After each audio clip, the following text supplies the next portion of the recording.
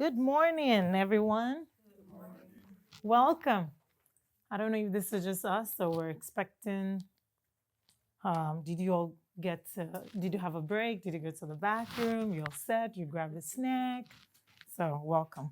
We're going to get started. Let me just turn this on. So, Tiwa Oshinfisan, please let me know if you can see my screen very well. Okay. So, okay. I'm a psychiatrist. I'm, uh, I'm an assistant professor at Wayne State. I'm a coach for healthcare and highly skilled professionals. I'm a mother and I'm a Christian. So, great combination. Thanks for being here. Welcome. So, we will go right in. I'm just making sure it's aligning well with the screen. Okay. So, this is the agenda for today. We're going to do some questions. It's going to be engaging. I will not be the only one speaking. So get ready to speak. I'm going to go through the learning objectives. We're going to talk about a case and the importance of your mental health and its impact on your life and on your children. We're going to take a few questions if we have time. If not, we will take them during the panel. And hopefully we can pray, even if it's just one prayer point that we'll capture. So okay, thank you. Some people are responding. So respond. Just type in is anonymous. I don't see your name. I don't know who it is. I just want to know how you're doing today.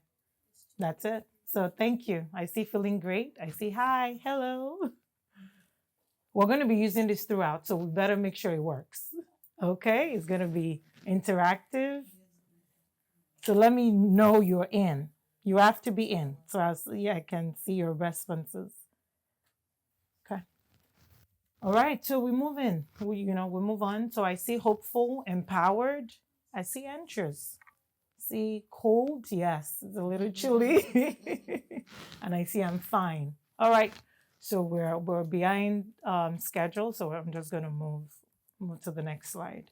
Can you see this one?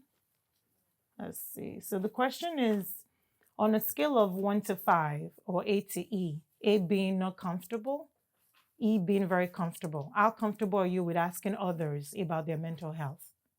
Sleep, mood, their appetite. So let's type in your responses. Remember, it's anonymous. So just participate. Just engage and participate.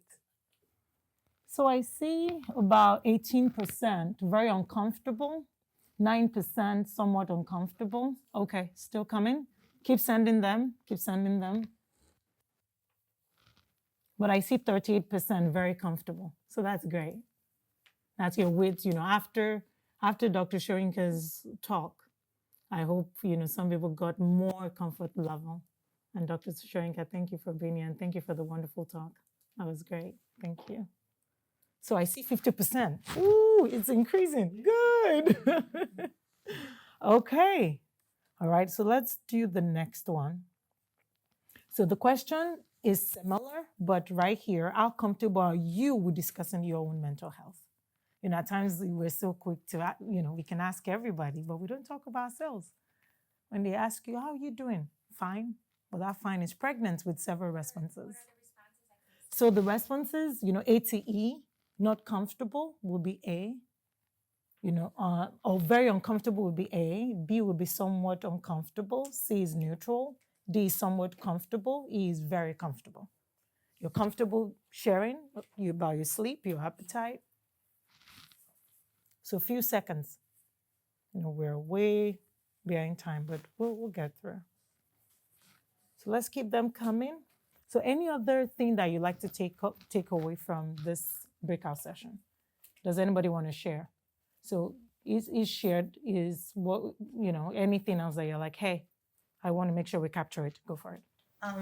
I think for me, it's hard as a clinician trying to work with um, your children in your life that you care for.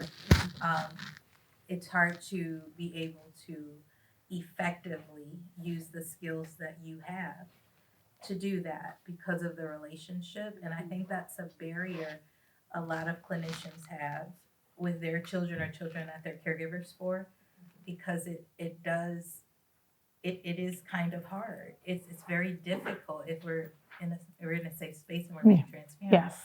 And they have many difficulties and a lot of barriers trying to reach their children and not like put them in categories or not see them as a client that they have, you know. So a lot of those blurred lines cause them to have a hard time to really effectively help their own. So being able to integrate that, being able to provide resources, help, while still being a mom or while still being that family member. What's your name? Nadia. Thank you. Okay.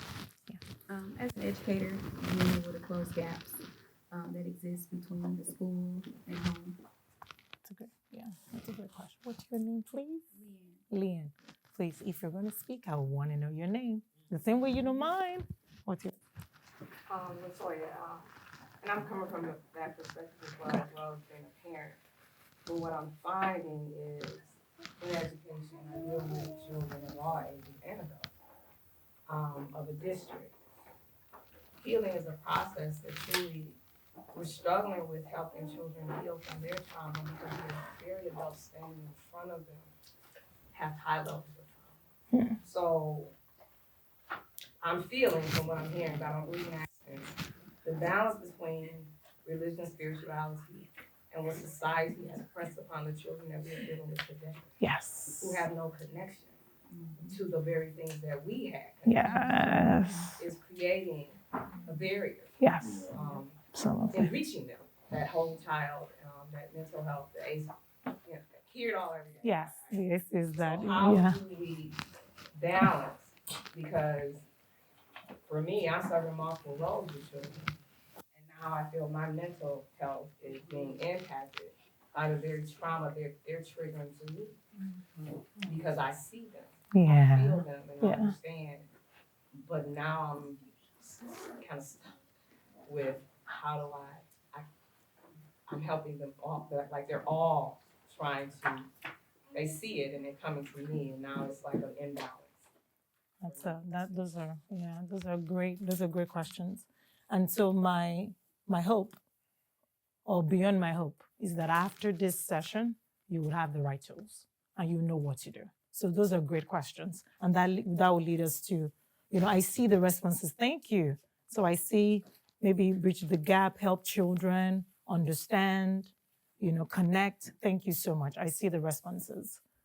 So with the learning objectives, these are the 3 goals for me today, which kind of capture everything you said.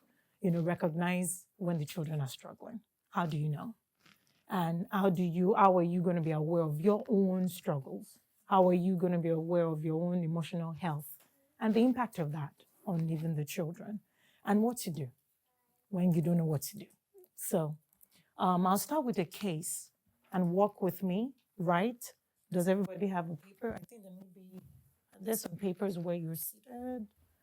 If you don't have, right here. So you can take one and pass on, but make sure you're writing. When you're writing, you're thinking, yes, there are chairs, please. Sir, there are chairs right here. I can move them.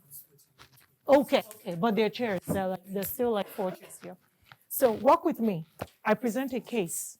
Imagine a friend, whether it's a Mr. X, a Mrs. X, or a Miss X. And by the way, I have 3 children of my own, though they are 3 under 5. I have, experiences, like Dr. Shoyinka mentioned, we were all trained to also take care of children. And we still see them, young adults. And we just don't see them. They are now part of our lives. We have cousins, relatives. So it concerns everybody. It involves everyone.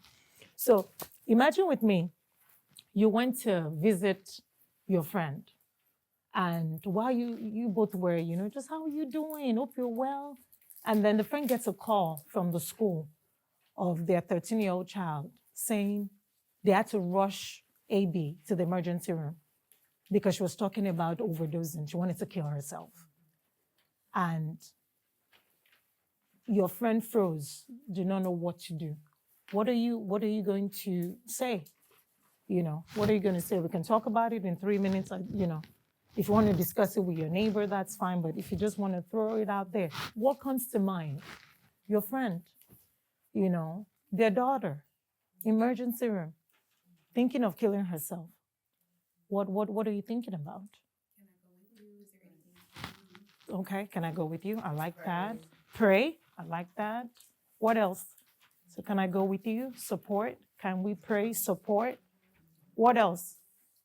If you were in their shoes, what else would you like? Think about it that way. What would you want them to do for you? And that's what you want to do. Think about it. Any other response? Support, sir? Take care of the other kids. Beautiful. Like, what can I do right now? You go. I'll stay with them. Okay? I like that. What else? What else? Those are great. I'm glad I'm in the right room. I'm glad I'm not hearing, what? You too? Oh, let me tell you about my own problems. You're not alone. I can tell you.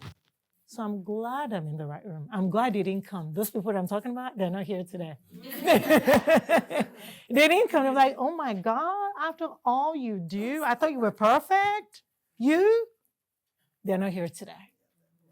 So I'm glad I'm in the right room where you're talking about, what can I do? You go, you take care of your go take care of her, I'll be here. So that's great. So in this case, you decided, you know what? I'll drive you. Let's go together. Because I don't know what we're going to do behind the wheels. Let's go. I'll take you. And getting there, on your way, your friend was just telling you, you know what? She told me about this a year ago. But I didn't know. I thought it would pass. I feel bad. I didn't, what could I have done differently? Who wants to share? Anyone? Now he or she's feeling bad, blaming herself. I should have seen it. I could have done this. Well, what would you say? What could she? Sorry? Acting now, you're supporting them and meeting them now. You're supporting now. So you're going to try to bring him or her to the present. You are doing what you can do now. And that's good. And that makes you good parents. Thank you. Any other? Again, flip it around. Whatever you want people to share with you at your own time of distress would help you. In addition to the time that you're doing something now. Yeah. And I'm always here for you. Let them know they have a community or they have a person. Lovely, lovely, lovely. That I'm here. You can always come. You can always ask. Yeah. I would tell them just keep loving that child, keep supporting, keep pouring into them.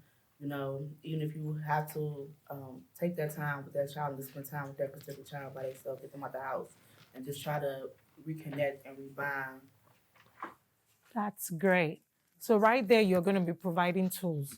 Love that child. Connect. Do the best that you can to do. Sir. Okay. So learn more. Find the tools, like Dr. Shoyinka taught us today. Find the tools. No, because you don't want to perish for lack of wisdom. You don't. You can be a Christian and be ignorant. You can be a Christian and be illiterate. So God will not do for us what he wants us, what we should do for ourselves.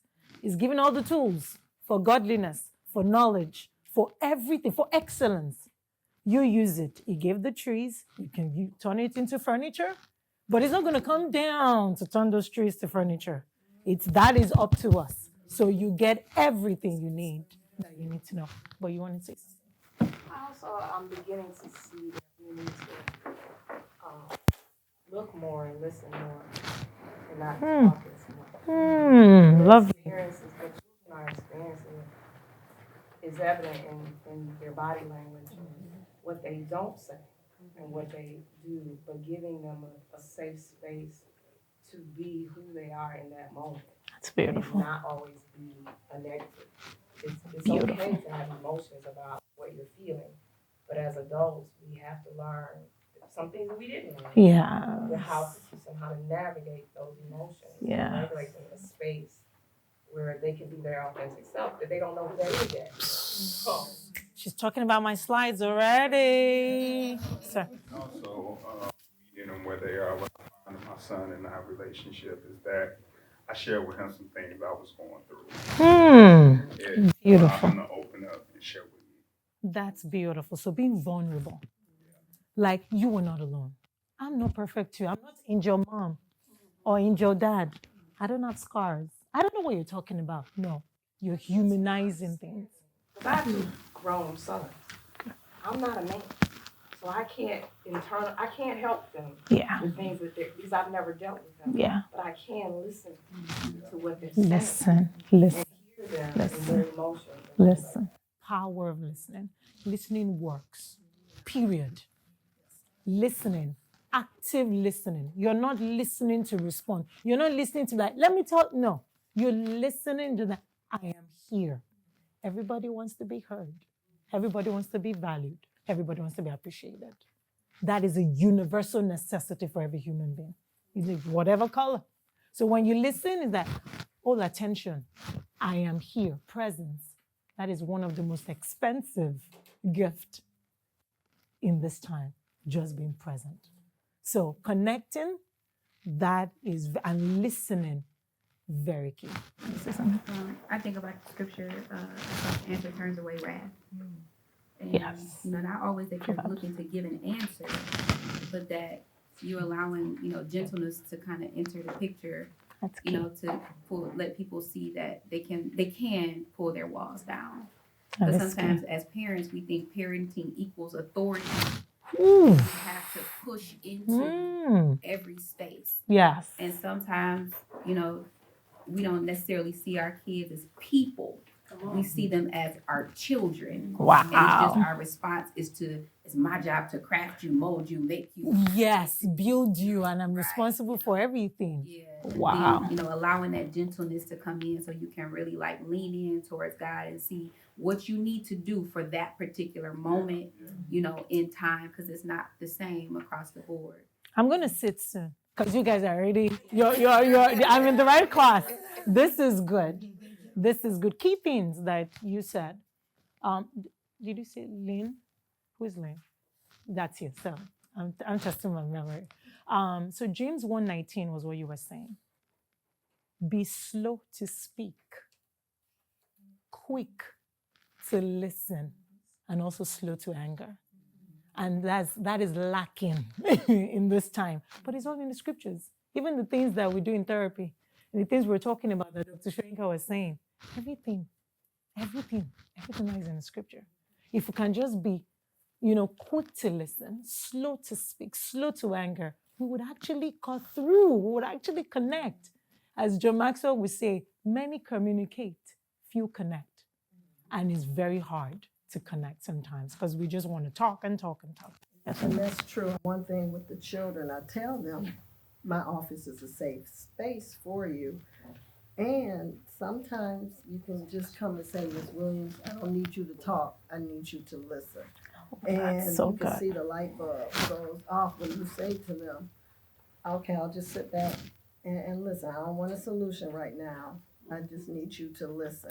And from that, during lunch, I get many children. There you just go. to talk. And it's okay not to be okay, letting them know that, because then Yes. you have a place to start from. It's like, okay, it's okay not to be okay. Let's go from there. And That is so good. It is okay. I do say it is okay not to be okay.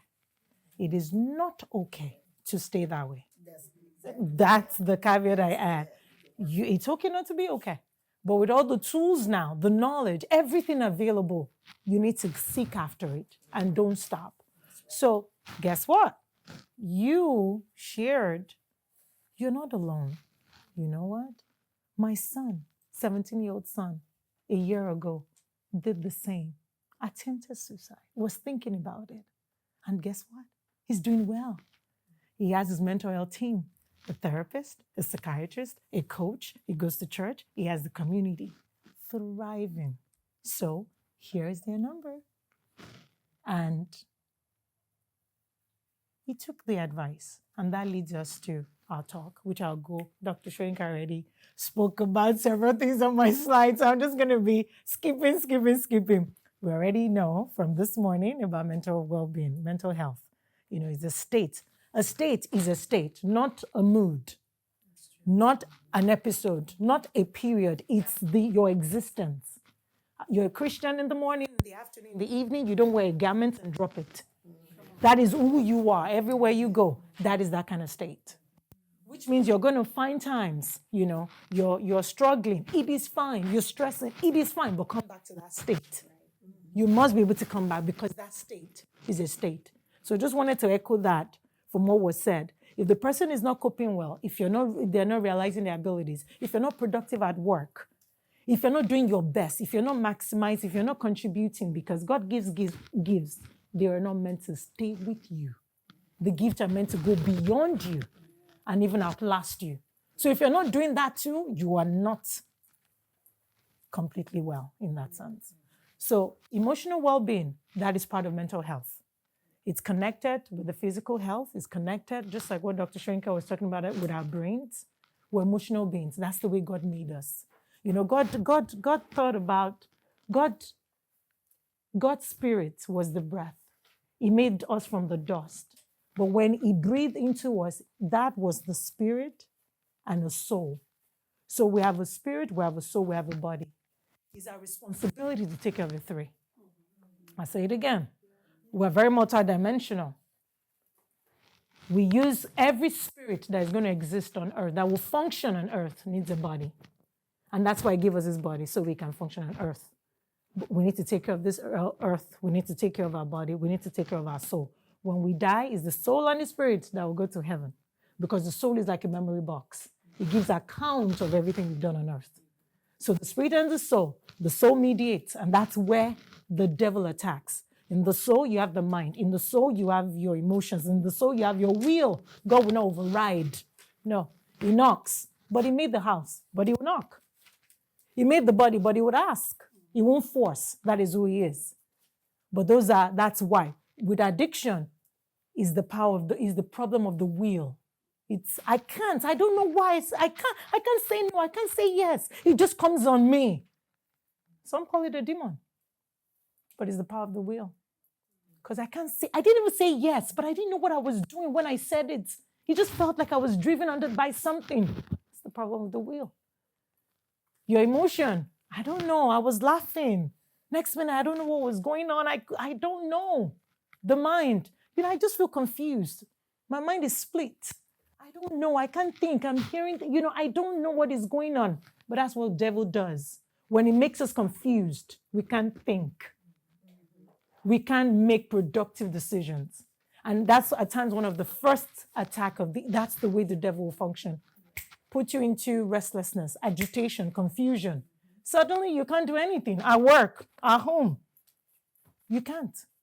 And that's just the beginning of the end when that happens. And that's why Jesus promised us his peace. So, what are the qualities of a mentally unhealthy parent? Throw some out. As you just know, like, she's struggling. Dr. T.Y. is struggling. What's wrong? How would you know? Emotionally spent, just like they have nothing else to give. How would you know that? When you're conversing with them, how would you know? They'll say, I don't know what else to do. Okay. I can't do this anymore. Okay. I just don't, I can't find rest. I can't do anything.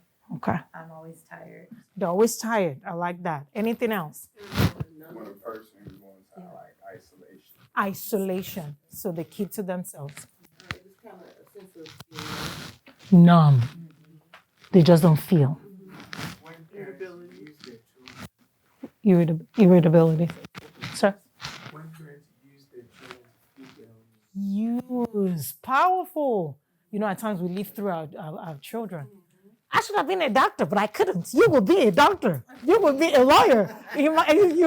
We just want to continue. I should have been this and we should do that. A lot of that. And we're tired. You come here. You do this for me. You do that for me. Everything is for me. But we don't pay attention. Because I give you that. Can't you take care of me? Can't you listen to me? Can't you get me my food? There's a lot of me in the day. Where does God come in? Those are signs. Anger that can become aggression, abuse, Anger, you said it. Violence. physical and emotional. And you were saying irritability. What did you say? Were you talking to me? No, what was it me you were talking? They can't even crack a joke. Nobody can say anything around you. Everybody's walking on eggshells now. And so you can tell. Let's flip it around. Oh, somebody typed it. Thank you. Hope somebody said hopeless, burned, depression. Thank you. Thank you. Thank you. What are the qualities of a mentally healthy parent? Willing to go the extra mile to make sure they child do what they need and not giving up on them. They're willing to go extra mile. That's great. Great. Sorry, Lee. I think it's just positive talk. Speaking, positive. We all make mistakes. Yeah. And having that understanding spirit for your children, that is, the mistakes happen, and now what is our next step? Growth mindset, that positivity. You can't break them down all the time. You have to lift them up because that's how you were raised. You have to speak into them the things that you want to see. That's great. Okay. And Nadia, you wanted to say something? Oh, I'm gonna type it in. Okay. I see, present, self-care, community, lovely. Observant, oh, beautiful. Lovely, yeah. And those are the things, you were going to say something? Yeah. And also being quick when we make those mistakes, being able to apologize. Yeah. Being able to apologize. I love it. At some point, as human beings, we struggle, or maybe you guys didn't struggle, but you struggle as though if I say I'm sorry, it will make me less of a human being. It makes me a bad person. It makes you a weak person. Not knowing that apologizing actually makes you a strong person. When you apologize sincerely and it's genuine, not just take and let me be, but you apologize and you change the ways and it's very strong, especially to a kid. That's like, whoa. And they're learning from you how to apologize in the future. Just being an educator, the years that I have, I just noticed that children, like, their meter to detect when somebody is not genuine their authenticity meter is like Apt. Very apt. I've had some kids come to me and say some very accurate things about adults. And, of course you have to add, teach them how to say it, but they are very aware when, you're not being genuine, and they can tell. So that ability to be mindful, reflective, not just on what they're doing as children, but on what you're doing as an adult. I find that being able to be that way with my students, it does help them to respond better, to authoritative situations, to that power dynamic. Exactly. Because this generation is different. Exactly, because they know you're human. You are just not saying it to pacify them. You're just not saying to get their attention. You're actually saying it because you mean it. And you are so right about kids. It's like God gave that to them to dictate to them. That doesn't sound right. You're making that up, Mom. That's not true. I didn't say that. So because of our limited time, I'm gonna run through a few. We've spoken about this. Dr. Shrinka was talking about the brain. Just so you know, just how complex the brain is. God gave us something beautiful that we just need to understand. It may take us years to unpack what is in there because God himself is complicated, is complex, So, but the key thing to take home, the frontal lobe, like he said, it's like until 25. So it keep telling you, I know, yes, they may know, but they don't know all of it, which is why as parents, we need to guide them. Not, there are different phases. There are different phases you need to tell them. There are different phases you need to listen. Because you're raising a generation in one. That's what God told Abraham.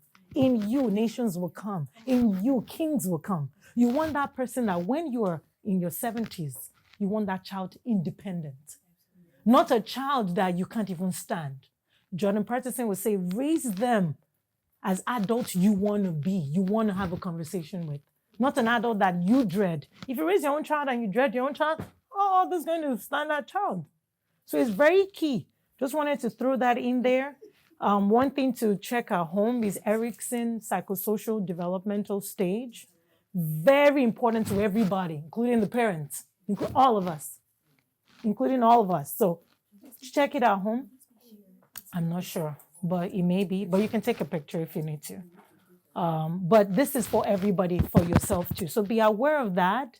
And, the teenage years, if they don't get it well, it's an identity crisis almost forever, except God comes through. So nature versus nurture. Dr. Shoyinka mentioned that nurture is you, the parenting, is the first classroom, is the first home. Everything starts from home. Just remember that. If they don't get it well at home, it's going to be hard to get it well in school. So just remember that. ACEs, I'm glad Dr. Shoyinka already spoke about that. Remember what he said, 1 in 4. So all of us here, 1 in 4 has been abused. 1 in 4 female, 1 in 6. So it's very common and by family members. So pay attention. When they tell you they're not comfortable, please listen. Listen first. Don't try to be like, who told you that? No, just listen. Because most of the time, once you shut them down, that is it forever. They won't tell you until probably after you're gone. So, yeah. Yeah, you can. So with this one is the limbic system that Dr. Shoyinka was mentioning. It's the fight, the flight, the freeze, the fawn. It records, just like what Dr. Shoyinka said. There's a memory. That's why they'll tell you, I don't know what it is. The gut feeling, the understanding.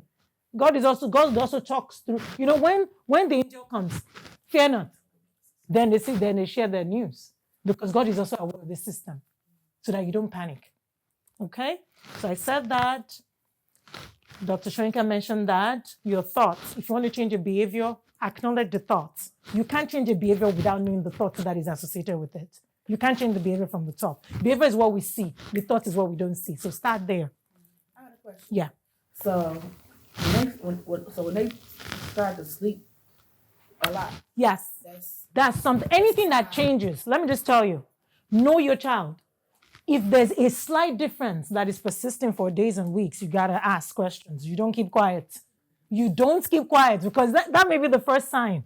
And just like what Dr. Shoyinka said, you don't even know. They don't even know. It's the people around you that will say, Tiwa, you've been shouting lately, because at times I raise my voice and then it takes my voice, and I'm like, I was raising my voice. I didn't even know that. Because people don't know. Or you don't know. It's just people around you. And sometimes they don't know what they're dealing with. Yeah. That's why somebody said it, that we have to observe the child. We have One to. thing my wife and I did was we got our son a therapist early on, Smart. because we seen some signs. Very good. Very smart. And thanks for sharing that. Try to tell the adults, there's always an escalation. You can start somewhere. A child doesn't just start doing something out of the blue. There was little subtle things we missed, and we pass them off as just things that they're doing because they're growing. There's like she said, pay attention. There's signs. Adults get upset. With my role is I'm for the whole child. Yes, you are. Something going on that happened before they came to a point where you could not de-escalate whatever they're feeling, and now you have to let them work through the emotion because we missed it. Yes. Yes, either because we're too busy. So a few more points and then I'll let everyone go. Just remember, Jesus modeled this. In Garden of Gethsemane, he modeled this. He felt betrayed. He was sorrowful. He was asking God, please take this away. So when you're asking God questions, it's not a sign of doubt. No, it's a sign of relationship with God. And God didn't know. Ask questions. That's what he wants. Is when you're close to somebody, you can be asking questions. Jesus was like, but not my will. He was asking, but in the submission. He knew the sovereignty of God. So there's not this, don't ask questions. Just, no. God did not raise robots. He raised people like him to have dominion. And so it's something to keep in mind. You can take a screenshot, you can read about this, but there's several examples in the Bible. Jacob didn't deal with his own issues, and that almost ruined his own family with Joseph. And now he showed preferential treatment. You don't do that. You have 12 children, you just pick one. No. It will cause, what were you thinking? So if you don't deal with your own issues, you're going to spill on your own children. And you're going to be defending it. So the take-home thing, you cannot give what you don't have. So you are asking questions. I like the awareness you were saying. Acknowledge you cannot fix what you don't know. So you have to acknowledge it first. So when you acknowledge it, and then you start finding out, what do I need to do? How do I change that? Like I said, CBT, the thoughts, find the patterns, and find what it serves you. Be aware. Be aware of your parenting style. What kind of parent are you? Be aware of that. Be aware of your strength, your weaknesses. Sorry, I'm just rushing through. Your opportunities, the threats, be aware of that. Be authentic. Let them see you stepping into who you are. You give them audacity to be who they want to be, who they should be, who God wants them to be. You cannot have, they cannot have what they don't know. Let me say it again. We become what we see. We become what we hear. We become what we feel. What has been modeled to us. Your brain registers that. So for a kid, if that kid is not used to mom speaking, that kid is not going to speak. So you must model what you want that child to be, who you want that child to be, how you want that child to be. Just be aware of that. So step into you. Take care of yourself. Self-care is not selfish. It's not massage. It's not nails. Self-care, the goal is to be more productive, not to be selfish. The goal is for a greater good, not to stop with you. Self-care is not just me. No, it's bounce back. God rested. Almighty God rested. He didn't sleep because he does not slumber nor sleep. He rested. He modeled that to us first. So we do that too. Here, I was going to talk about intentional, God-centered parenting. Just be intentional. Whatever your parenting style, there are 4 types. There is the authoritarian, authoritative. There is the neglectful. There's the permissive. The authoritative, you're working with them, treating them, you're collaborating, connecting, not just telling them because I said so. Because I said so, children will be bullies. And bullies are raised by parents. So they're from a home. So not because I said so, it won't be enough. So remember, God owns the children. You are just stewards, partners with God. So if a child is giving you trouble, you take it to who? Who? Remember, God does not have grandchildren. He doesn't. Everybody, children. I say it again. If a child is yelling, not doing well in school, you take it to who? You take it to who? The person that made them knows how to fix them. We don't fix children. It's not up to us. We don't. We don't fix children. I'll say it again. You may be an educator, a clinician, a doctor, whoever you are. We do not fix human beings. God is the one that fixes. So when you're like, you must, it's control. Get over your control issues. It's only God that can fix people. So just with that, take care of yourself. Support, take care of yourself. And guess what? They did well. Children did well. The child did well. She was discharged. Everybody did well. And, the father explained, his own trauma and that he needed to walk through. So your question, Lynn, before was, how do we help them? You need to help yourself first. And I end with this quote. When parents foster their emotional well-being, they create a stable and nurturing environment for their children's growth and well-being. An emotional stable parent is essential for raising an emotionally healthy child. So help your child help you. Take care of you in partnership with God. Parenting is service. Service. Service. You take care of it for a while, and that's it. So remember that. Be intentional. Be present. What does God want for this child that he gave me? And God, help me be who you want me to be. In that process, it's changing you, molding you, building you, and you are replicating what he does in heaven. He loves you so you can love them. It's triangle. He's just giving us an opportunity to do what he does for us. Thank you for being here.